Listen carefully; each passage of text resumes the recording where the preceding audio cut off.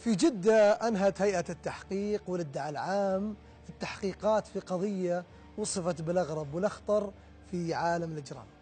تمثلت القضية هذه في تهريب وترويج مخدرات إلى نزلاء سجن بريمان باستخدام طائرة بتحكم عن بعد، يتم إطلاقها من خارج أسوار السجن وتتوجه إلى عنبر هي قاصدته بالقصد تنزله. وبعد ما تم مطاردة هذا الموضوع من جميع جوانبه، تم القبض على العقل المدبر والزعيم لهذه المشكلة اللي يقف الآن خلف هذه الجريمة ومعه 7 مشاركين.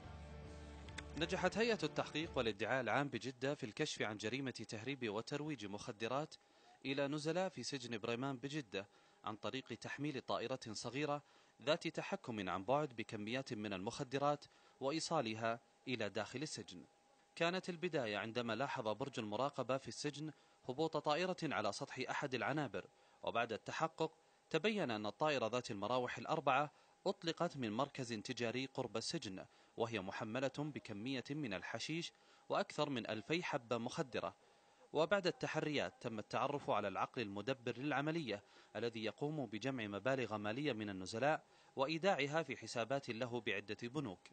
كما كشفت التحقيقات أن العقل المدبر وهو سعودي اشترى من مقيم لبناني تم التحفظ عليه 13 طائرة من نوع فانتوم بقيمة 10,000 ريال للطائرة الواحدة، تم استيرادها من خارج المملكة وتركيب كاميرات عليها يصل مداها إلى 500 متر.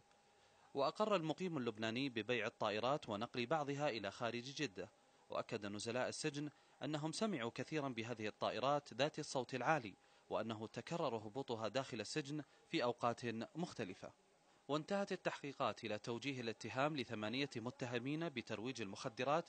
كما كشفت التحريات عن ضبط مشاركين من كبار مروجي المخدرات وبحوزتهم مبالغ نقدية كبيرة، وقبض على أحدهم في أحد المطارات المحلية.